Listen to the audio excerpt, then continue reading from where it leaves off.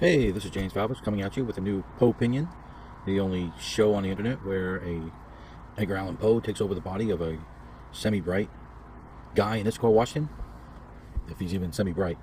Today it features fresh, new, and interesting, and all original artwork by my daughter Sophia Valvis. So the raven that you're looking at is by her. I thank her for that, and I'm ready to turn things over to Poe and see what happens. Well, on my walks, I've been reading The Ball and the Cross by G.K. Chesterton.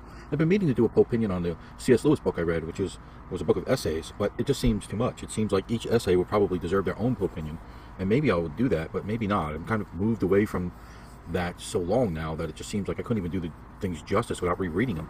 I like to do this stuff while it's fresh in my mind, and it's not really some of those things. A full book, in order to really do it justice, you almost have to write a book by itself to do it justice. In order to just even, when you're dealing with philosophically rich works, as something like something that Lewis does, or this book, The Ball and the Cross by G.K. Chesterton, there are so many ideas, and they come at you so fast that you could do a Poepinion on a paragraph, and that's what I'm going to do today.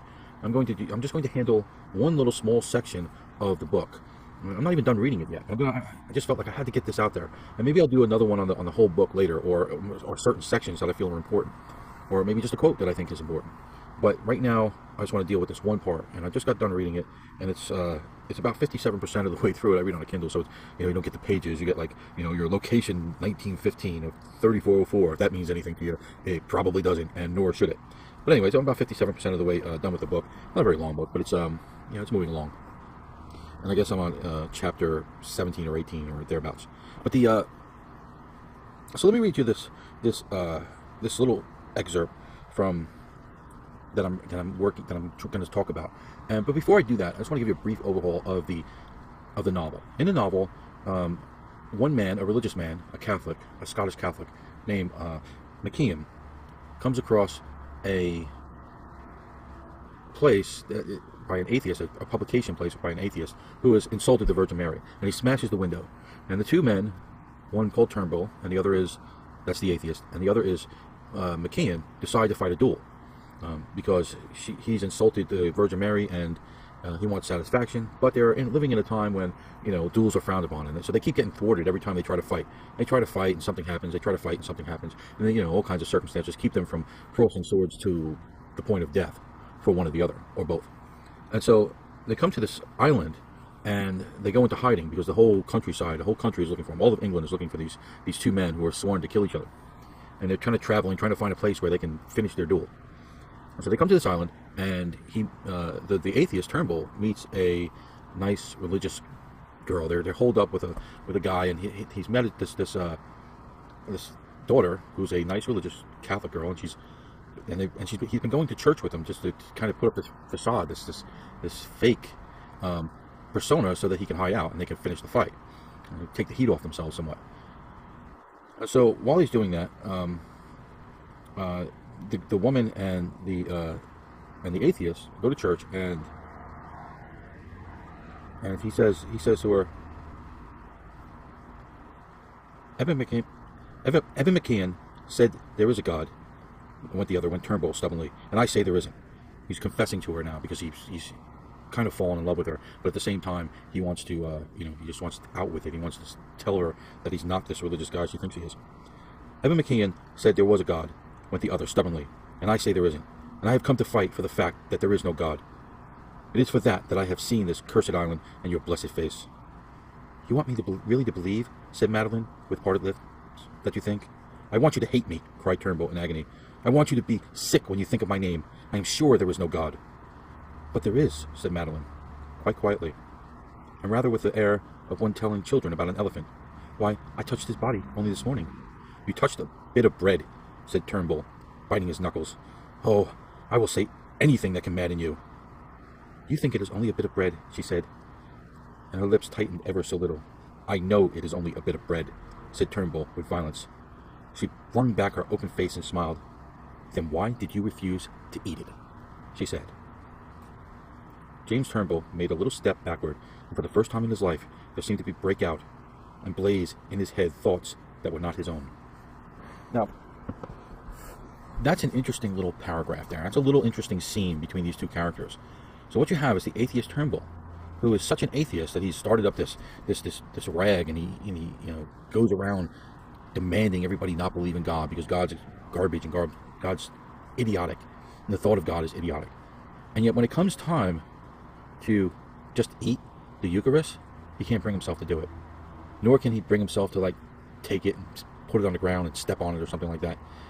He can't do any of that. Or maybe he's trying to hide his thing so he wouldn't step on it. Maybe he would just chew on it like he would any other piece of bread. What's it to him if he really thinks it's just bread? Now, there are probably some atheists out there who can get around that. Because they can, he lived at a time where the Christian religion had a greater hold on the culture. And probably he absorbed, I'm talking about Turnbull, the character, probably he absorbed some vestigial respect for the religion itself. He's not a monster. He's not portrayed as a monster in the book. Chesterton is a very religious man, deeply Christian. He converts to Catholicism later in life. I don't know if he was a Catholic at the time that he wrote this. He might have been, but he might not have been. The character that Turnbull is up against is a Catholic, and so he goes.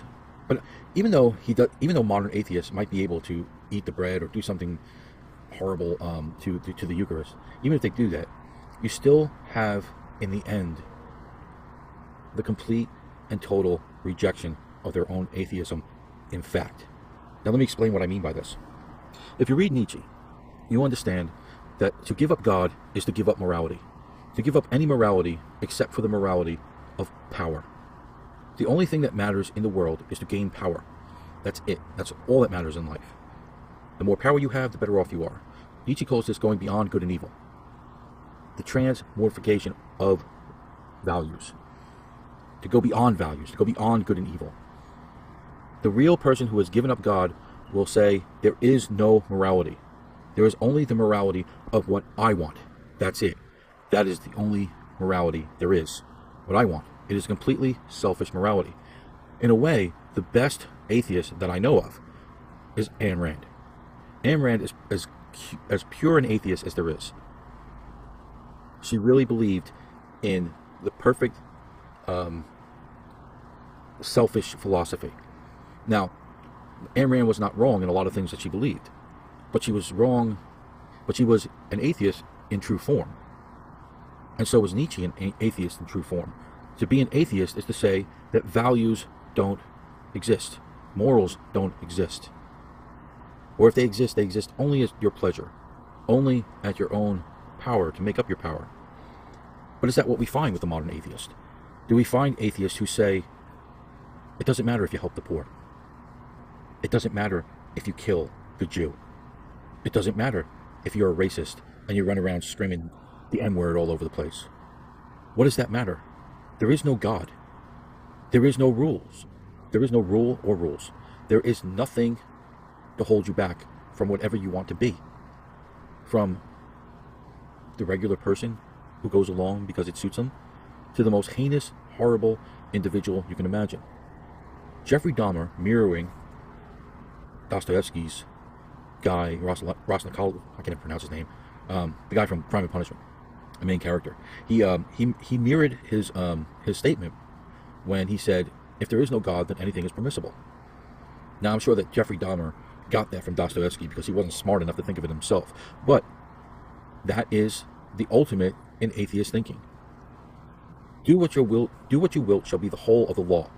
That is the atheist Crowley. Elijah Crowley, who was known as the Beast and all other kinds of names. He was a full-time, big-time atheist. Do what you will shall be the whole of the law. The whole of the law. Not the half of the law. Not the, you got to pay for socialized medicine part of the law. That's not atheism. You like socialism? Throw it out. It's not atheism. One of the reasons communism could never work is because communism at its heart is an atheistic philosophy. And an atheistic philosophy must, by nature, be selfish. It can't be communistic. Communism is a perversion, a heresy of Christianity. That's what all socialism is. It is just Christian charity gone insane. Done in a way that is wrong and pathetic. It is Christian tyranny more than it is Christian charity. But it is, at its essence, a heresy of Christian charity. So you can't be an atheist and a socialist. They don't coincide. They don't fit together, ever. One cancels out the other.